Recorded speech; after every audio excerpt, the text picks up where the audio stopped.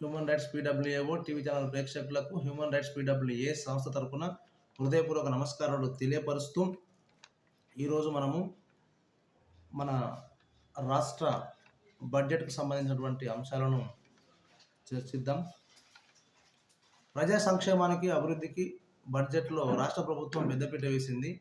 జాతీయ అంతర్జాతీయ పరిణామాలు, అప్పులు, ఆకాంక్షలను పరిగణలోకి తీసుకొని రూపొందించిన వార్షిక అందులో రైతులు, యువత, పేదలు, మహిళలు, ఎస్సీ, ఎస్టీ, బీసీ వర్గాల సంక్షేమానికి భారీగా నిధులను కేటాయించింది. సాగుకు వెన్నుదన్నుగా నిలిచే ప్రయత్నం చేసింది. సుదీర్ఘకాలం పెండింగ్లో ఉన్న ప్రాజెక్టులను పూర్తి చేసింది. ప్రాధాన్యతలు నిర్ణయించి వాటికి నిధులు కేటాయించింది. పేదలకు గూడు కల్పించే క్రమంలో ఇందిరమ్మ ఇళ్ల నిర్మాణాలను పూర్తి చేస్తారని భరోసానిస్తూ రికార్డు స్థాయిలో కేటాయింపులు చేసింది. చూద్దాం మరి ఇక్కడ రికార్డు స్థాయిలో కేటాయింపులు చేసిందని చెప్పి పలు అంశాలను ప్రస్తావిస్తూ తెలియపరచడం జరిగింది. చూద్దాం మరిగా. తెలంగాణ ఏర్పడిన తర్వాత 10 ఏళ్లకు అధికారంలోకి వచ్చిన కాంగ్రెస్ ప్రభుత్వం తొలిసారి పూర్తి 12 నెలల ఆర్థిక సంవత్సరానికి బడ్జెట్ను బుధవారం శాసనసభలో ప్రవేశపెట్టింది.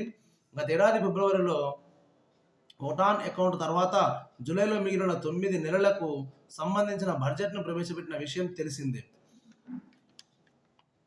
ఇక ఆర్థిక మంత్రి బట్టి విక్రమార్క 2025-26 సంవత్సరానికి ప్రవేశపెట్టిన బడ్జెట్ మొత్తం ఆదాయం 3.04 లక్షల కోట్లతో అత్యధికంగా 34.21% అంటే 1,04,329 కోట్లను సంక్షేమ పథకాలకే కేటాయించింది.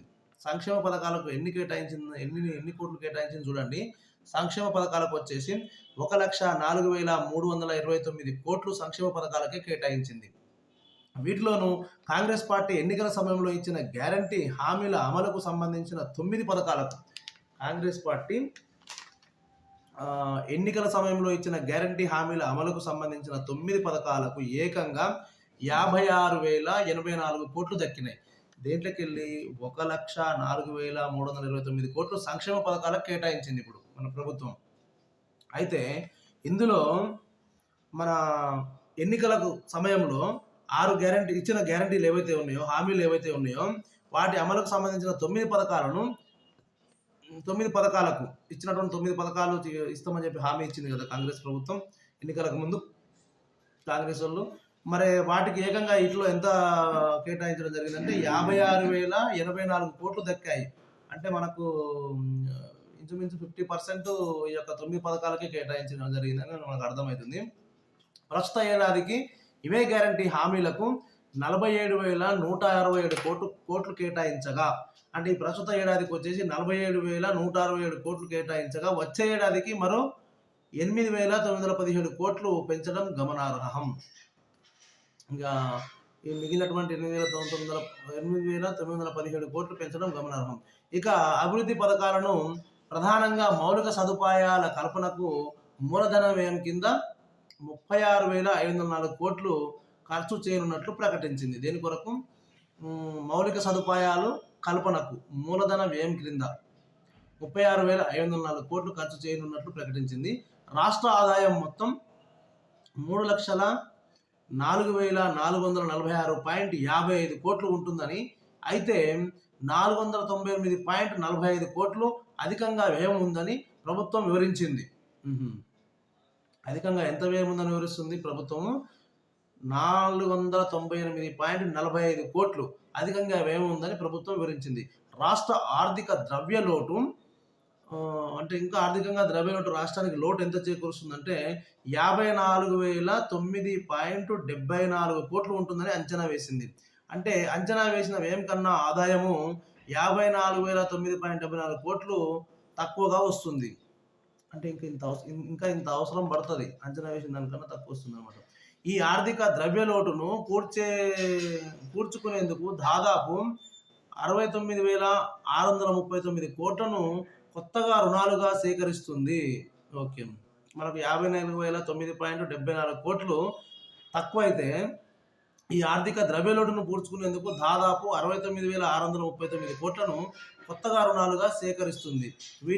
వీటిని కలిపిన నికర లోటు 498.45 కోట్లు ఉంటుందని వివరించింది. నికర లోటు ఇంకా 498.45 కోట్లు ఉంటుందని వివరించింది.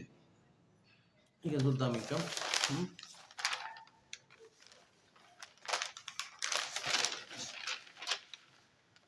రైతు భరోసా, ఇందిరమ్మ ఇల్లు, ఉచిత కరెంటు సరఫరా తదితర ప్రధాన పథకాలకు నిధులు పెంచింది. గతంలో రైతు భరోసాకు 15,000 కోట్లు ఇవ్వగా వచ్చే ఏడాది 18,000 కోట్లకు పెంచుతున్నట్లు తెలిపింది.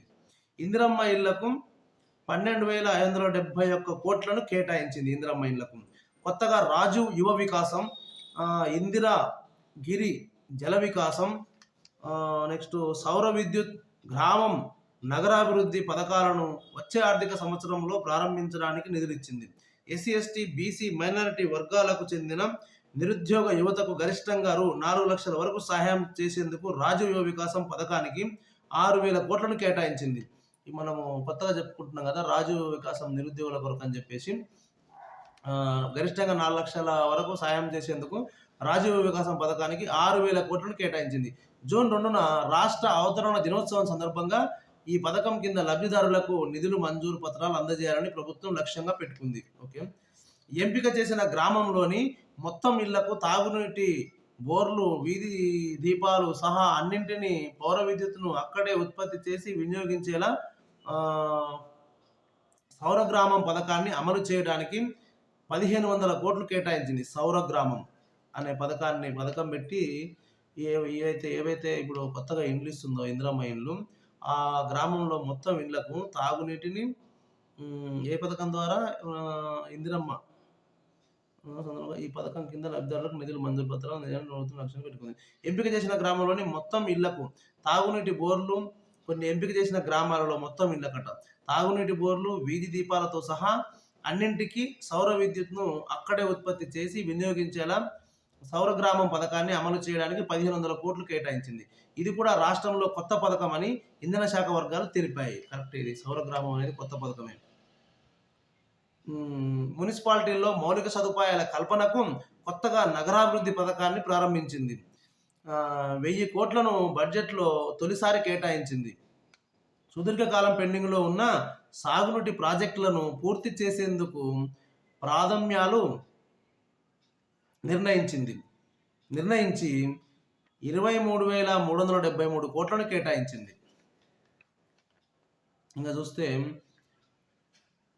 ఇక పన్నుల ద్వారా రాబడి పెంపు అని ఏ విధంగా పన్నుల ద్వారా రాబడిని పెంచుతామని చూద్దాం. ఇక పన్నులు వసూళ్ల ద్వారా ప్రస్తుత ఏడాదిలో 1,20,406.75 కోట్లు రాగా వచ్చే ఏడాది అంతకన్నా మరో 16,012.83 కోట్లు పెరిగి మొత్తము 1,45,419.58 కోట్లు వస్తుందని ప్రభుత్వం అంచనా వేసింది. ఇది మన పన్నుల రాబడి ద్వారా ప్రస్తుతం ఏడాదిలో 1,29,406.75 కోట్లు రాగా ఈ ఏడాదిలో వచ్చే ఏడాది అంతకన్నా మరో 16,012.83 కోట్లు పెరిగి మొత్తం 1,45,419.58 కోట్లు వస్తుందని ప్రభుత్వం అంచనా వేసింది. పన్నుల వసూళ్లలో లోపాలను సవరించడం ద్వారా ఆదాయం గణనీయంగా పెంచాలని సంబంధిత శాఖలను ఆదేశించింది. ఇసుక విక్రయాల విధానంలో ఉన్న లోపాలను సవరించడంతో నెల క్రితంలో పోలిస్తే ఇప్పుడు రోజుకు 1.5 కోటి ఆదాయం పెరిగినట్లు ఆర్థిక శాఖ వర్గాలు తెలిపాయి. మద్యం అమ్మకాలపై వ్యాట్, ఎక్సైజ్ సుంకం వేర్వేరుగా వసూలు చేస్తున్నారు. ఎక్సైజ్ సుంకంగా ఈ ఏడాది 20,298.89 కోట్లు వస్తాయని అంచనా వేస్తే ఏకంగా 25,617.53 కోట్లు వచ్చాయి. ఈ నేపథ్యంలో వచ్చే ఏడాది 27,623.36 కోట్లు వస్తాయని బడ్జెట్లో అంచనా వేసింది. పెట్రోలు, మద్యం అమ్మకాలపై వసూలు చేసే వ్యాట్ కూడా గణనీయంగా పెరుగుతుందని భావిస్తుంది. ఇక్కడ నేను ప్రభుత్వానికి అంటే రాబడి పెరగడానికి నా యొక్క వ్యక్తిగత అభిప్రాయంగా నేను ఒక సూచనను చేస్తున్నాను. తెలంగాణ రాష్ట్ర ప్రభుత్వానికి, మన రాష్ట్ర ముఖ్యమంత్రి గారికి ఈ యొక్క మద్యం విషయంలో రేట్లు అనేవి ఎంత పెంచితే అంత మంచిగా ఉంటుందని చెప్పి నేను మన రాష్ట్ర ముఖ్యమంత్రి రేవంత్ రెడ్డి గారికి నేను తెలియపరుస్తున్నా. మన రాష్ట్ర ముఖ్యమంత్రి కాదు, దేశవ్యాప్తంగా కూడా ఈ మద్యం అమ్మకాలు ఎక్కడెక్కడ జరుగుతున్నాయో మొత్తం ఈ మద్యం అమ్మకాలలో వీటి యొక్క రేట్లను గణనీయంగా పెంచాలి. ఎట్లాగా ఈ తాగే వాళ్ళు ఇది ఇంత రేటు ఉంది అంత రేటు ఉంది అనేది ఆలోచించరు. ఏ రేటు ఉన్నా కూడా కంపల్సరీ అదైతే కావాలి. అదొక బానిసత్వం లాగా ఉంటుంది. ప్రతి ఒక్కరు కూడా ఇది ఒకసారి ఇది అలవాటు ఉన్న వాళ్ళు ఎవరు కూడా దీన్ని మరవడానికి ఆస్కారం లేదు. ఇక ఉన్నత వర్గాల వారు కూడా కొంతమంది దీన్ని తప్పకుండా ఇది ఈ యొక్క మద్యం అనేది మన దినచర్యలో ఒక భాగంగా అయిపోయింది ఈ మద్యం ప్రియులకు కొంతమందికి. కాబట్టి దీన్ని దృష్టిలో ఉంచుకొని ఇది ప్రభుత్వానికి రాబడిగా మంచి రాబడిగా మారుతుంది. ఈ మద్యం విషయంలో విపరీతంగా రేట్లు పెంచండి దయచేసి. మధ్యతరగతి వాళ్ళు ఇంకా మధ్యతరగతి తరగతి కన్నా ఇంకా చాలా దారిద్ర్య రేఖకు దిగువన ఉన్నవారు ఇంకా చాలామంది కూడా ఈ యొక్క మద్యం బానిసత్వం నుంచి బయటపడడానికి చాలా అవకాశాలు ఉంటాయి. వారిని మనం కాపాడిన వాళ్ళం అవుతాము. కాబట్టి ఈ మద్యం విషయంలో ఇంకా భారీ ఎత్తున రేట్లు పెంచాలని చెప్పి ప్రభుత్వాన్ని నేను సవినయంగా కోరుకుంటున్నాను. దీనివల్ల మధ్యతరగతి కుటుంబాలు ఇబ్బందుల పాలు కాకుండా ఉంటుంది. యూత్ కూడా ఈ మధ్యతరగతి కుటుంబంలో పుట్టినటువంటి పిల్లలు కూడా చిన్న వయసులో కూడా ఈ యొక్క మద్యానికి అలవాటు పడే సందర్భాలు మనం ఎన్నో చూస్తున్నాం. ఈ మద్యం అనేది తక్కువ రేట్లకు దొరకడం వల్ల కూడా ఇదొక సమస్యగా ఏర్పడుతుంది. కాబట్టి మద్యం యొక్క రేటును విపరీతంగా పెంచండి. ప్రభుత్వానికి రాబడిని పెంచుకోండి. మద్యం రేటు ఎంత పెంచినా కూడా ఈ మద్యం తాగే వాళ్ళు అయితే కంపల్సరీ దాన్ని తాగుతూనే ఉంటారు, దాన్ని వినియోగిస్తూనే ఉంటారు. కనుక మరొకసారి నేను మన రాష్ట్ర ప్రభుత్వానికి కేంద్ర ప్రభుత్వానికి తెలియపరిచేది ఏంటంటే మద్యం విషయంలో రేట్లు అనేవి విపరీతంగా పెంచమని చెప్పి దానివల్ల ప్రభుత్వానికి మంచి రాబడి ఉంటుంది. కాబట్టి ఈ యొక్క మద్యము ద్వారా వచ్చినటువంటి రాబడి ఆ రాబడి ద్వారా కొంతమంది నిరుపేదలకు ఈ మద్యానికి బానిస కాకుండా మనం నిరుపేద కుటుంబాలను కొంతమందిని మనము కాపాడిన వాళ్ళం అవుతాము. అలాగే ఇది ప్రభుత్వానికి ఒక ప్రభుత్వ ధనంగా కూడా సమకూరుతుంది. కనుక ఈ మద్యం రేట్లు పెంచాలని చెప్పి నేను కోరుతున్నాను. ఈ నేపథ్యంలో కోరుతున్నాను. అలాగే ఇంకా మిగతా విషయాలు చూస్తే మనము ఈ నేపథ్యంలో వచ్చే ఏడాది 27,623.36 కోట్లు వస్తాయని బడ్జెట్లో అంచనా వేసింది. పెట్రోలు మద్యం అమ్మకాలపై వసూలు చేసే వ్యాట్ కూడా గణనీయంగా పెరుగుతుందని భావిస్తోంది. శాఖలన్నింటిలో పన్నులు వసూలులో లోపాలను సవరించడంతో పాటు ప్రజల జీవన ప్రమాణాలు పెరుగుదలతో మరో 16,012.83 కోట్ల పన్నుల వసూళ్లు పెరుగుతాయని ప్రభుత్వం నమ్మకంగా ఉన్నట్లు సమాచారం. ఇంకా చూద్దాం. ఇంకా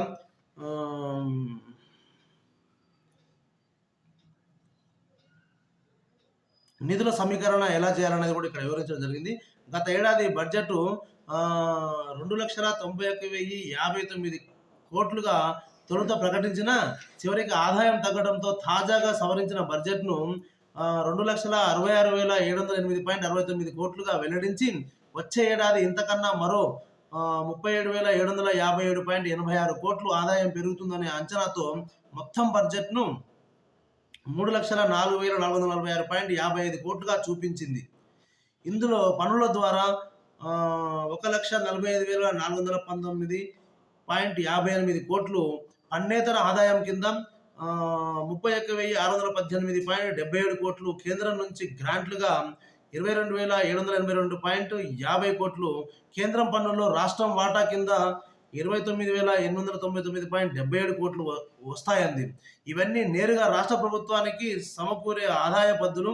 ఇవి కాకుండా కొత్తగా సేకరించే రుణాలు 69,639 కోట్లను కూడా ఆదాయంలో కలిపి మొత్తం 3.04 లక్షల కోట్లకు పైగా బడ్జెట్ను చూపించింది. ఇందులో కేంద్రం నుంచి వచ్చే గ్రాంట్లపై రాష్ట్ర ప్రభుత్వం ధీమాగా ఉంది. గతంలో కేంద్రం ప్రయోజిత పథకాల అమలుకు రాష్ట్ర వాటా కింద చెల్లించాల్సిన 40% నిధులను సరిగా ఇవ్వనందున కేంద్రం గ్రాంట్లు సరిగా రాలేదని ఈ ఏడాది నుంచి ఈ సమస్యను పరిష్కరించనందున వచ్చే ఏడాది గ్రాంట్లుగా 22,782.50 కోట్లు వస్తాయని ప్రభుత్వం ధీమాగా ఉంది. రాష్ట్రం వాటా నిధులు పిఎస్ఎస్కు ఎప్పటికప్పుడు విడుదల చేయడంలో గ్రాంట్లు పెరుగుతున్నట్లు తెలిపింది. ఇక రాబడి పెరుగుదల అంచనా 4.65% అని చెప్తున్నారు. చూద్దాం. ప్రస్తుత ఏడాదిలో రాష్ట్ర స్థూల జాతీయోత్పత్తి వృద్ధి రేటు 10.1% నమోదైన వచ్చే ఏడాది బడ్జెట్లో ఆదాయం పెరుగుదల 4.65% వరకు ఉంటుందని అంచనా వేసింది. వాస్తవిక దృక్పథంతోనే బడ్జెట్ ఆదాయ వ్యయ అంచనాలు రూపొందించాలని ప్రభుత్వం నిర్ణయించినందునే ఈ మేరకు పరిమితమైనట్లు ఆర్థిక శాఖ వర్గాలు తెలిపాయి. గతంలో కనీసం 10% నుంచి 15% అధికంగా ఆదాయ వృద్ధిని చూపడం ఆనవాయితీగా వస్తుంది. అయితే జాతీయ, అంతర్జాతీయ ఆర్థిక పరిణామాల నేపథ్యంలో వాస్తవిక దృక్పథంతో ఆదాయం పెంపును సవరించినట్లు సమాచారం. ఈ ఏడాది బడ్జెట్ ఆదాయం అంచనా 2.90 లక్షల కోట్లు కాగా దానికన్నా మరో 4.65% అంటే 13,551.84 కోట్లు పెరుగుతుందని ప్రభుత్వం కొత్త బడ్జెట్లో తెలిపింది. ఈ మేరకు అభివృద్ధి సంక్షేమ పథకాలకు నిధులు కేటాయింపుల్లో ప్రాధాన్యతనిచ్చింది. భూముల అమ్మకాలు, మద్యం దుకాణాల వేలం బడ్జెట్లో చూపిన మరో కీలక పద్దు పన్నేతర ఆదాయం కింద చూపించిన 31,618.77 కోట్లు. రాష్ట్ర ప్రభుత్వం ప్రత్యేక చర్యల ద్వారానే ఈ ఆదాయం వస్తుంది. ప్రధానంగా భూములు అమ్మకాలపై 20,000 కోట్లకు పైగా రావచ్చని అంచనా వేస్తుంది. మద్యం దుకాణాలను ప్రతి 2 ఏళ్లకోసారి వేలం వేస్తారు. ఈ వేలం ప్రక్రియను వచ్చే ఆర్థిక సంవత్సరంలో నిర్వహించాల్సి ఉందని, వీటి ద్వారా 3,000 కోట్ల నుంచి 4,000 కోట్ల వరకు రావచ్చని అంచనా. ఇక స్థలాల, భవనాల క్రమబద్ధీకరణ ద్వారా మరికొంత కలిపితే పన్నేతర ఆదాయం మొత్తము 31,618.77 కోట్లు రావచ్చని అంచనా. చూడండి, ఇక్కడ మనం గమనించాల్సిన అంశం ఏంటంటే, ఈ యొక్క సమావేశాలలో బడ్జెట్ గురించి పూర్తి వివరాలను ప్రజలకు తెలియపరచడం జరుగుతుంది. ఇది చాలా సంతోషకరమైన విషయం. ఏ విధంగా బడ్జెట్ అంచనాలు వేసిర్రు, ఎక్కడెక్కడి నుంచి ఎంత బడ్జెట్ మనకు రావాల్సి ఉంది అనే విషయాలను కూడా క్షుణ్ణంగా ఇక్కడ వివరిస్తున్నటువంటి సందర్భాన్ని మనం చూస్తున్నాం. గత ప్రభుత్వంలో ఇంత క్షుణ్ణంగా వివరించిన సందర్భాన్ని మనం చూడలేదు. ఇప్పుడు మన రాష్ట్ర ముఖ్యమంత్రి రేవంత్ రెడ్డి గారు ఈ విధంగా ఈ బడ్జెట్ సమావేశాలలో పారదర్శకతను చూపిస్తున్నందుకు human rights protection and welfare awareness organisation తరఫున మేము రాష్ట్ర ముఖ్యమంత్రి గారికి ధన్యవాదాలు తెలియపరుస్తున్నాం. కానీ అలాగే మేము ఒక సూచన కూడా ముఖ్యమంత్రి గారికి మేము చేయాలనుకున్నాం. ఈ యొక్క బడ్జెట్ను మీరు మాడే కేటాయిస్తున్నారు, సంక్షేమ పథకాలకు, రకరకాల వాటికి మీరు మన ప్రజా శ్రేయస్సుకు ఏమేమైతే అవసరమో, మీరు ఏ పథకాలు అయితే ఇస్తున్నారో, ఏ ప్రాజెక్టులు అయితే ఏమైతే చేస్తున్నారో, ఇవన్నిటికీ బడ్జెట్లు మీరు కేటాయించారు. ఈ కేటాయించినటువంటి బడ్జెట్ నీతిగా, నిజాయితీగా, ధర్మంగా ఇది ప్రజల కొరకు ఇది ధర్మంగా వినియోగించబడుతుందా లేదా అనే విషయంలో కూడా మీరు పటిష్టంగా చర్యలు తీసుకొని ఈ విషయంలో ఈ యొక్క బడ్జెట్ అనేది వృధా కాకుండా నిజంగా ఎవరైతే అర్హులో వారికి చెందే విధంగా పథకాల విషయానికి వస్తే, ఇక ప్రభుత్వం చేపట్టే కొన్ని పనుల విషయానికి వస్తే, భవనాల పనులు కావచ్చు, అవి ఇంకేదైనా కావచ్చు, ఆ పనుల విషయానికి వస్తే నాణ్యతలో లోపం లేకుండా సరైన సమయంలో ఆ పనులు జరిగే విధంగా బడ్జెట్ ధనం అనేది వృధా కాకుండా మీరు కఠినమైన చర్యలు తీసుకొని దాన్ని ఒక క్రమ పద్ధతిలో, ఒక ప్రణాళిక పరంగా నీతిగా, నిజాయితీగా, ధర్మంగా ప్రజలకు ఉపయోగపడే విధంగా కూడా చర్యలు తీసుకోవాలి. ఇంత బడ్జెట్ను ఈ విధంగా మరి అప్పు చేసి మరి ప్రజల కొరకు మీరు తీసుకున్నటువంటి నిర్ణయాలు చాలా మంచిగానే ఉన్నాయి. కానీ వీటిని అమలు చేయడంలో మీరు ఫెయిల్ కాకుండా అమలు చేయాలని చెప్పి నేను మిమ్మల్ని సవినయంగా కోరుకుంటున్నా. మరొకసారి మనము మన రాష్ట్ర ముఖ్యమంత్రి రేవంత్ రెడ్డి గారికి ఈ యొక్క బడ్జెట్ విషయంలో పారదర్శకతను చూపిస్తూ ప్రజలకు వివరంగా వివరిస్తూ తెలియపరిచినందుకు human rights protection and welfare awareness organisation తరఫున ధన్యవాదాలు తెలియపరుస్తున్నాం. Thank you.